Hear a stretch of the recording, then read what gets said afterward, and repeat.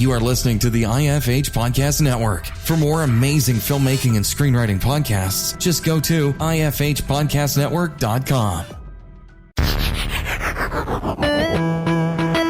You're listening to the Dave Bullis Podcast.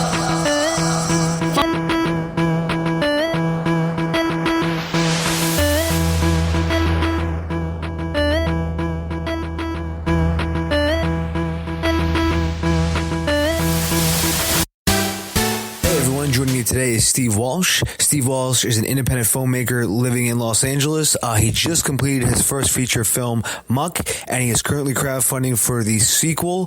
And also, fun fact about Steve, he actually once sold all of his stuff to move across the country. So let's get talking to him. So Steve, how are you, sir? I'm doing very well, thank you. So Steve, just to get us started, could you give us a little bit about your background and how you got started in the film industry? Yeah, it's I always wanted to make films. Since I was a kid, that was always kind of the goal, but I kind of went a different route. I went to business school. I had a real job. About 3 years ago, I kind of was out of responsibility. I had put my little brother and sister through college, and I was about to turn 30, and I quit my job, and I sold everything I owned, and I made Muck. And so here we are. So that's kind of it wasn't, I didn't really do anything before Muck. I just kind of always knew I wanted to do it. So I kind of went out and did it. So you have a degree in business? Yeah. I went to Georgetown. I got a degree in marketing and management. Oh, cool. I have a degree in business as well. And, I work and do film, and I also, work in IT and stuff like that. It's just interesting. I like to say that people who get a business degree are most of the time they don't know what they want to do. So they're just like, I'm just going to grab this business degree. I don't know if you've experienced the same thing, because when I was in classes to get my degree, everybody was like, I just kind of chose this as well. And I was the same way in college. Like, I had no idea what I wanted to do. I was I was kind of the opposite. I knew that I was going to go to business school, and then I was going to go to law school, and that was kind of the plan. And about my third year, I was like, you know what? I don't want to be a lawyer. I got to finish school. But then when I got out, I kind of decided to I'm not going to go to film school. I'm not going to get coffee for people for 10 years and then maybe someday make a movie. And so I kind of developed this plan that I need to work for a while and save up money and kind of have a career. And I had, like I said, I had some responsibilities to my family I had to take care of. And I just, I kind of made the vow that I won't get old and then give up on my dream. Like, one day I will quit my job and sell everything and make a movie. And then I just, a couple years ago, that just seemed like the time.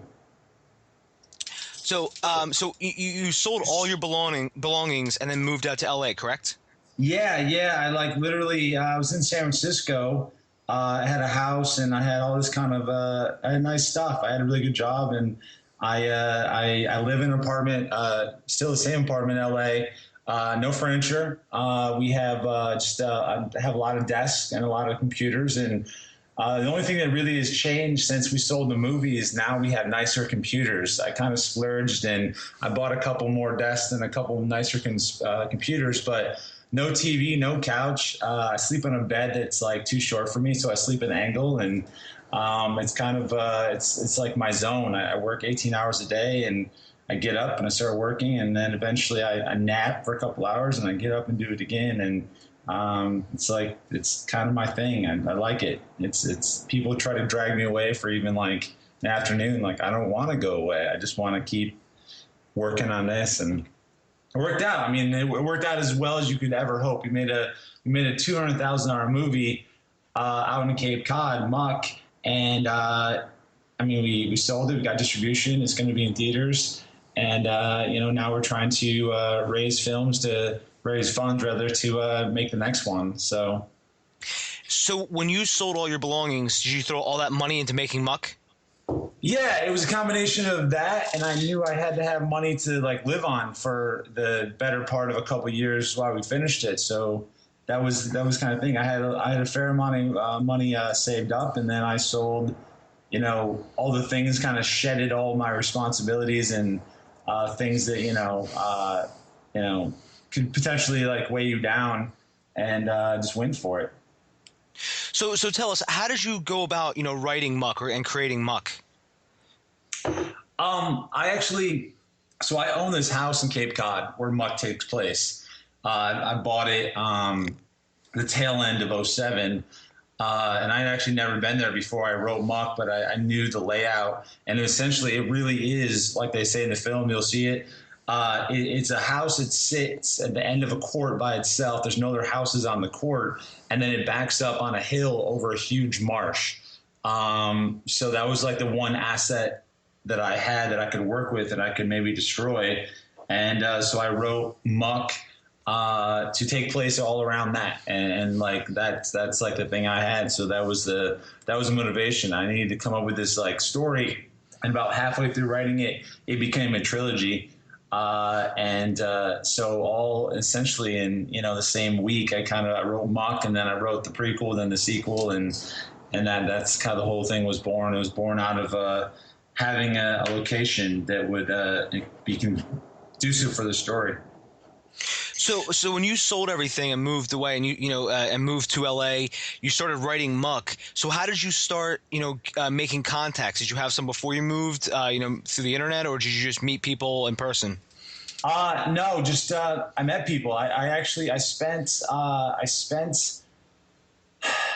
about a month and a half briefly being like a photographer of sorts, just to get something. Like I bought a camera, and I made some connections that way, and I took a bunch of pictures, and I kind of had this little portfolio to show I could like do something with the camera.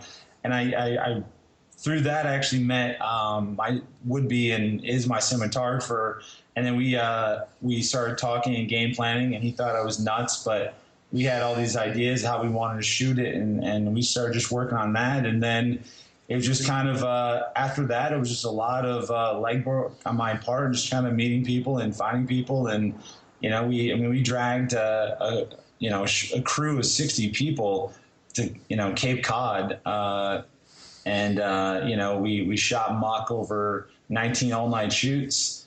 It was pretty grueling. There's no daylight in Muck. And we were really out, in the swamps and in the elements, in the cold, and everyone was great. I mean, we had a very brave casting crew that was able to make this all happen. So, as speaking of that, of the great crew that you cast, also you have, how did you get Kane Hodder into the film? I knew I needed him in my film, so I called. I called several times to his agents and kind of got through and got him the script, and he liked it. And he basically did it for a song and a prayer, and it was cool. It's interesting. So he's never done a movie where he's been shirtless. He's almost always got a mask. And in this particular movie in Muck, it's all special effects, makeup, and prosthetics, but we actually were able to use his real scars. He's got, not everyone knows this, but he's got really like full body scars from an accident, car accident, doing some stunts and burning up back in the 70s. And he was a little reluctant at first to do so, but we talked about it, and I have some scars myself, and then we ended up doing it, and it was really cool. We actually incorporated his real scars into the prosthetic scars that we used for special effects makeup, and it comes this really fierce, crazy looking like body he's got going on in this film, and he was into it. So he flew out to Cape Cod, and he was there for a while, and I just felt like it was I needed him to give us some street cred, and I think it worked. Everyone loves him. He's the best. We had him at Kamikaze in LA a couple weeks back, and I mean, just everyone loves him. He's really a great guy. Yeah, I've heard a lot of great things about Kane over the years, and you're right, because in Hatchet he wore a lot of prosthetics, but he wasn't shirtless. He just had those overalls on. I don't know if you're familiar with Hatchet. Yeah, no, I've seen them all. Well, and that whole body was fake though. Like the bodysuit he was wearing was also like a shell. Like that wasn't like his actual like skin. So yeah, I mean, it's a whole different thing. In Muck, it's like it's his body, it's his face. Okay, gotcha. So, could you give us a brief synopsis of Muck? Well, all right. So, not really. And the reason is we're really not doing that ever. But I can tell you this. So, Muck is the middle chapter of a trilogy.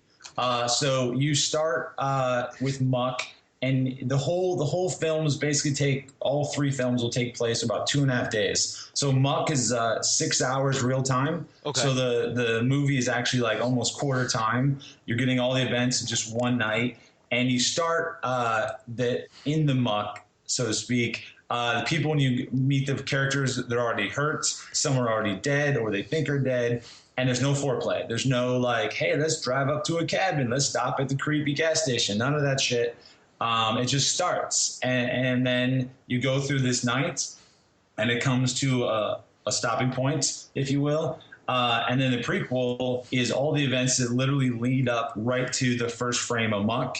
And then the third one will take place, like the next frame, start the next step after the end of Muck. And then you'll have this like really cool, like true horror trilogy. The bad guys are new. There's something I concocted. They're not zombies. There's not vampires or werewolves or anything like that. There's nothing you've ever seen, nothing that's ever been in a comic book. They're like a new thing. I think people are going to really, really be into them.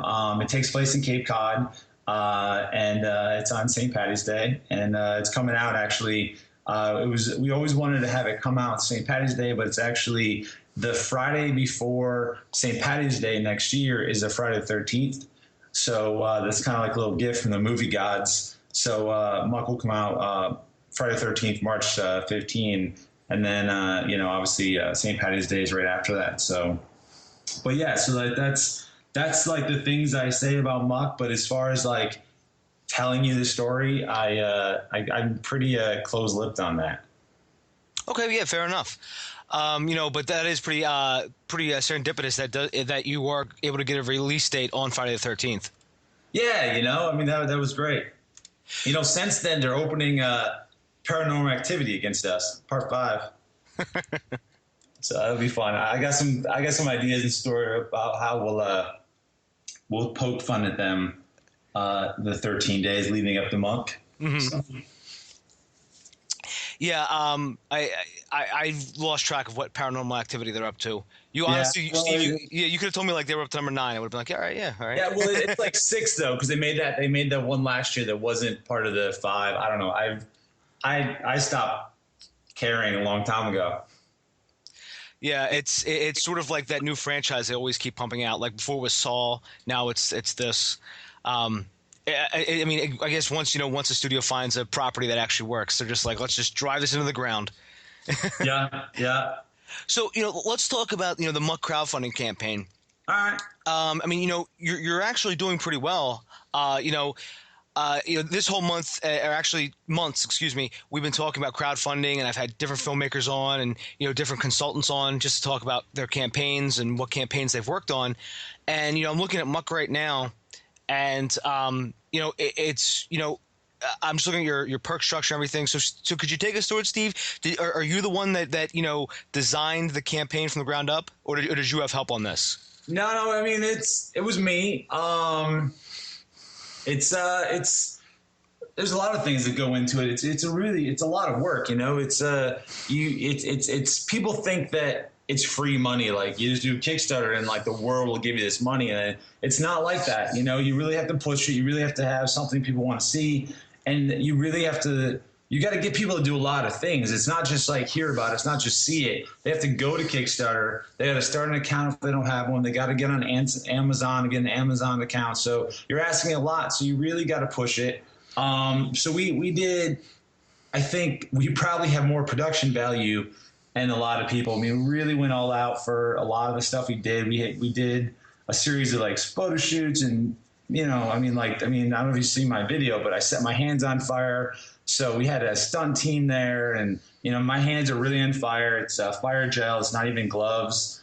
I set my hands on fire, then set a shot on fire. And then I sent a cup on fire. They drink from a cup that's on fire, and a Playmate of the Year puts my hands out with the, fire signature, and Kane Hodder, take a swipe at me with a big machete and, takes out a table and a pumpkin, and, like that stuff takes time to plan. So like that was like, but we want to do something cool. The cast, like I said, the cast and crew of With the No and Muck, we have a lot of fun, and we just wanted to do kind of something that like represents us, if not the movie.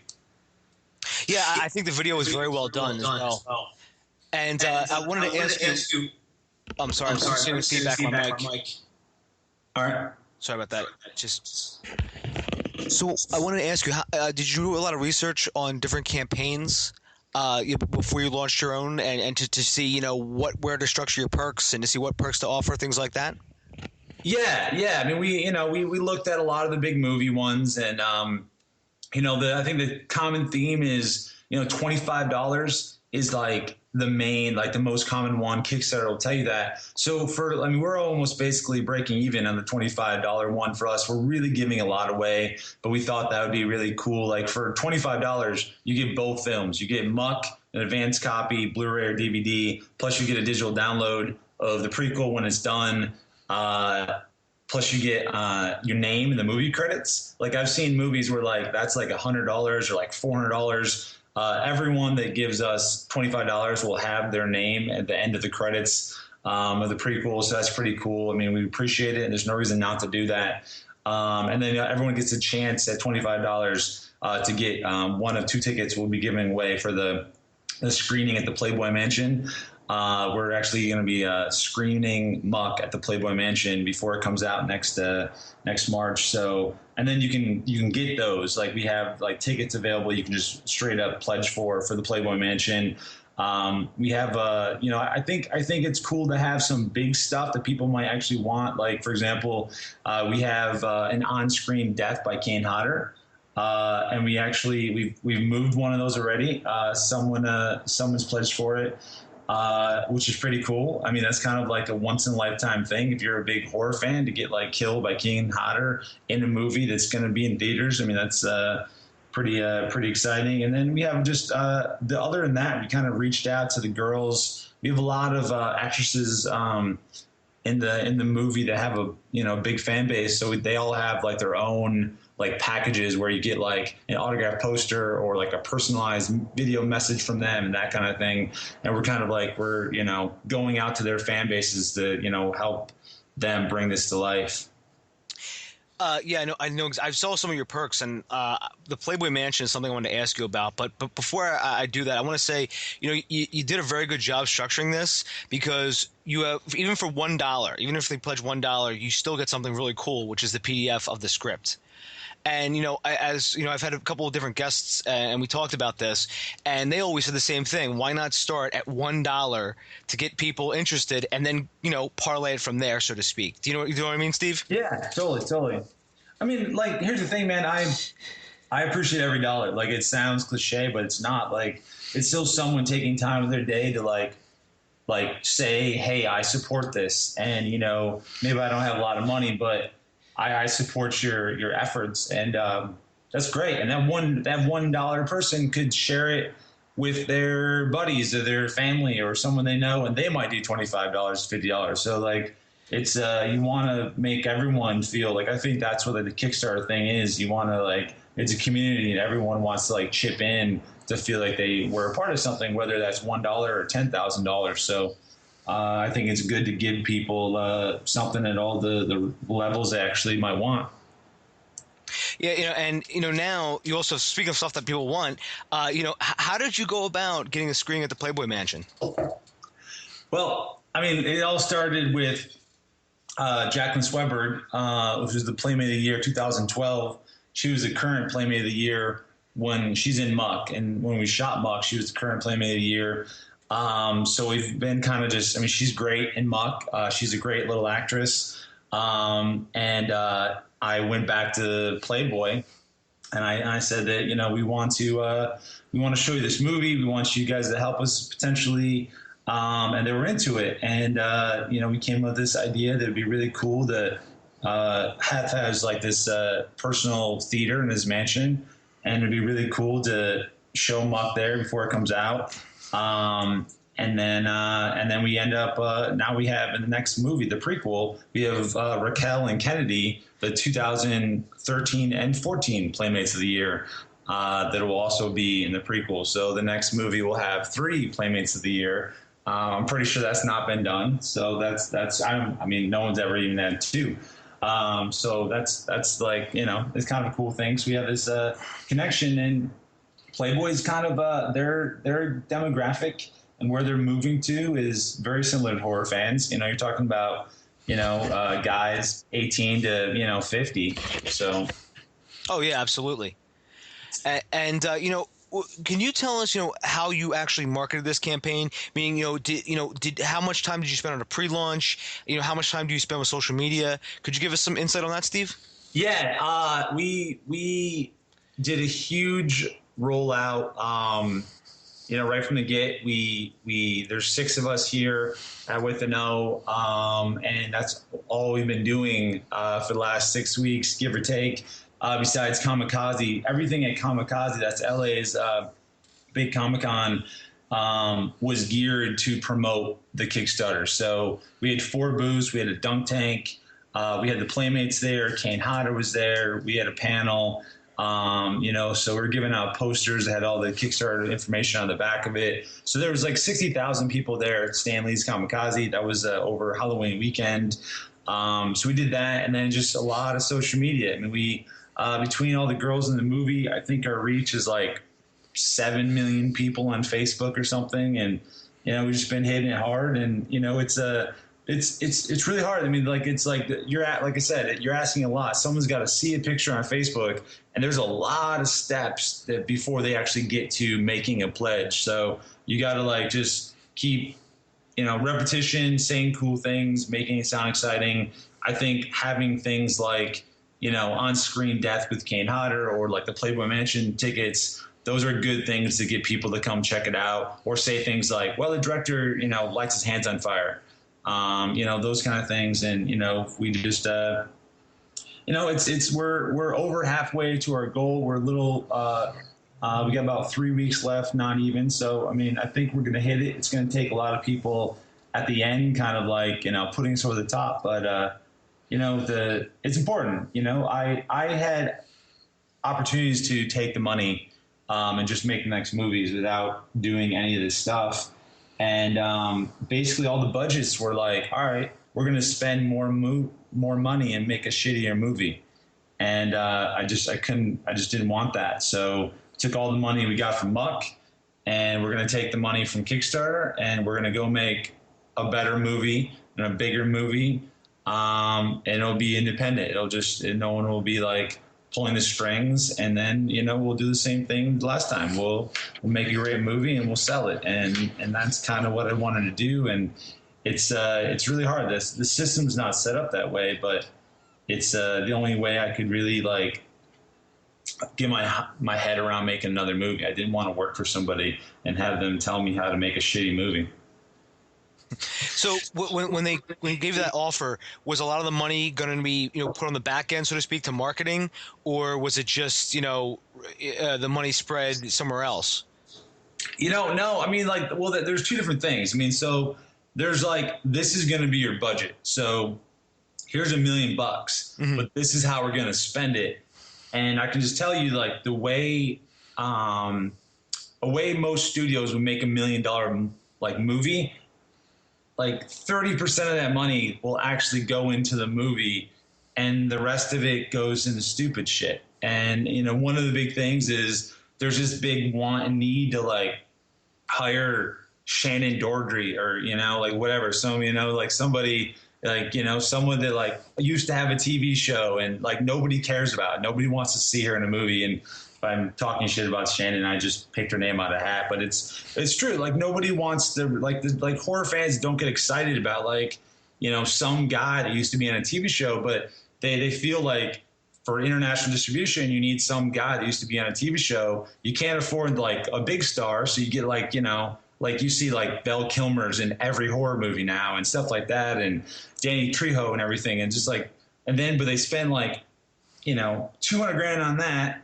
And then let's just use these shitty cameras. Let's make it a 10-day shoot. Let's do all these other things to like keep down the cost that don't like make the movie worse. So we can have somebody that the ultimate fans don't really care about. My structure is I'm trying to put every dime on screen, every dime into, that's like more blood. That's another stunt we can do. That's another big, sugar glass window we can like throw something through. That's where I want to put my money. I don't want to put my money in some has-been essentially. And that's kind of the long and short of it. But when someone watches Muck, they're not gonna be like, man, I bet the crew is really happy with that meal on Thursday. They're never gonna fucking know like what they had for food, or the crew wasn't loving the food on Thursday, but they're gonna know that, wow, that is a lot of blood that is pouring from the ceiling, that like they really destroyed that. Like, that's kind of where my head's at. And that's the other thing about the Muck thing and the prequel. I refuse to use like CGI. I just, my brain's not wired to make movies that like in direct computers and hit people with like Nerf bats that are green. And that's actually more expensive than, the practical stuff takes more time and it costs more money than doing the CGI. And that's like the first thing would have like went away. If I would have like taken someone's money to make the prequel Muck, they're gonna be like, no. This is how we're going to do this. And it would just look like, some shitty movie. And everything will be practical in the prequel, just like it is in Muck. And I think horror fans really, really dig on that. And I dig on that. So. And I completely agree. I think a lot of horror fans especially are tired of like the CGI sort of sci-fi channel movie stuff. I mean, that I think has its place, because I think they, whenever you see something from the Asylum, you know what you're getting with a wink and a nod. Yep. With other movies, you know what I mean? It's like if they just went with practical effects, it would have looked 10,000 times better. Well, I mean, the thing is, they don't have the time. Mm-hmm. It's more expensive. The number one thing that costs money making a movie is time. And practical effects takes time. Besides, also the materials and everything like that, and they just won't do it. Like they just want to pump it out. But that's, to give you idea, like in the prequel, we're literally going to build a 1915 style windmill and burn it the fuck down. And we're, just like, that's where my head's at. It's not like, what if we had a bunch of little fake fish in the computer that looked like they're drawn in, biting people and fake blood, jumping around? Like, that's just like, I don't care about that. So, it's not fun. I don't like watching it. I don't like thinking about it.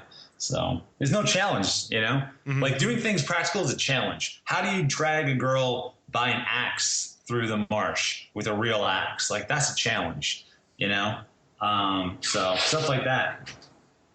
Oh yeah, I completely understand and agree with you too. And just to change gears, Steve, is there any advice that you have to filmmakers who are starting their first crowdfunding campaign?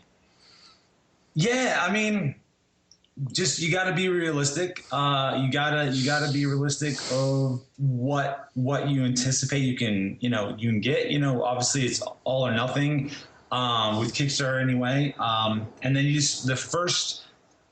I really think the first thing you have to do is not be shy about letting everyone know you're doing it. Crowdfunding is cool. You're not begging for money. It's cool. People are into it. They want to help you out. But you gotta let them know, and then you gotta keep on them. Because like people say they'll do it and they're like, they forget, they get busy, almost is like you got to call them like one by one and like, can you do it now? This is like, you've been telling me all week you're gonna do it. Can you just like, I don't care if it's $1, just get on there. I need the backer. I need to see the, mentality go up. And also just like, that's important. You got to keep everyone motivated. You got to keep yourself motivated and your cast motivated and, your backers motivated that you're going to make it. So it's a really like, go out of your way to get that dollar. Like if you get those backers to go up, even if you only raise $10 in a day, you got 10 backers, you feel like, all right, we got 20 backers. Now we're at 50. I mean, that's really how we're doing it. Like, we're like, okay, like right now it's like, okay, can we get to back? We have like 450 backers or something right now. It's like, okay, by 2 weeks ago, we got to have 500 backers. Like, that's a good mark, and it was first like, let's get to 100, and then it gets to 200, and that kind of thing. You've got to keep yourself motivated, because it's like becomes this thing. We're always checking it, and you're just like, oh man, we didn't get it back in the last 4 hours.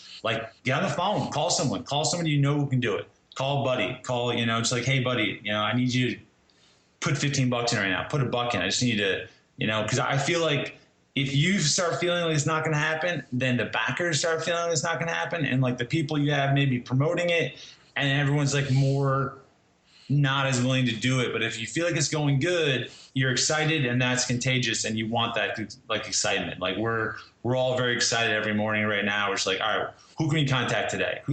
Let's put something out to like all the horror websites. Let's tweet at, these guys, that kind of stuff. So I think it's excitement. You got to be excited. You got to be into it. You can't be shy. You have to you got to once you commit to it, you got to go for it. So that'll be my advice. And that's pretty good advice too. Steve, we've been on about half an hour now, and I know you're busy with, Muck 2 and everything like that. So, as sort of like a final thought, is there anything that we didn't talk about that you would like to talk about now? I really, really, really believe in what we're doing, and it's really it's like I said, it's kind of cliche, but I had this dream to make movies, and we went out and did it. And the system is rigged against trying to be independent, and we're trying to do that. And if you have $1, we would love to have it. Use Google, Muck Kickstarter, and we're really trying to make horror films for horror fans. One thing we haven't talked about is we also shot in 4K. Mm-hmm. So what makes Muck cool, and the next Muck movie will be cool, is we have this 1-2 punch of this new school technology. We shot in 4K Ultra HD, but it's old school with no CGI. I feel like that's our jam. Like, no one's really doing that, because if you use the great cameras, the idea is that allows you to do the CGI. And we're so you're going to see this awesome kind of like this world you can almost taste. It's very, very visceral, and it's really cool. And I think people are going to really dig it. And then tune in on, I think, the 4th, very early next month. We're going to have the new Anchor Bay theatrical trailer. And I think it's going to be exclusive on the Kickstarter campaign for the last 10 days of our campaign. So it's really cool. It blows away the trailers I put together a year ago, in that I was trying not to show anything good because I didn't want to give anything away. Well, the Anchor Bay trailer shows some good stuff from the movie. So that's pretty exciting. So it'll be next week. Oh, excellent. When that's out, let me know, and I'll make sure to tweet that out and post on social media. Yeah, it's really cool, man. We've been working very hard on the new trailer, and we got a new poster coming, and it's exciting, it's exciting to have a distribution company excited about your movie. So I'm pumped. Excellent. And and by the way, I will link to the Kickstarter in the show notes, by the way. And I urge everyone to check it out. I actually heard about it. One of my friends of mine who runs a horror Twitter account actually tweeted it at me and was like, hey, check this out.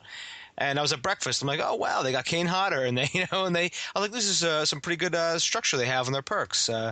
This is what I do at breakfast, Steve. I'm looking at how horror movie for breakfast. I'm actually drinking Jack Daniels right now.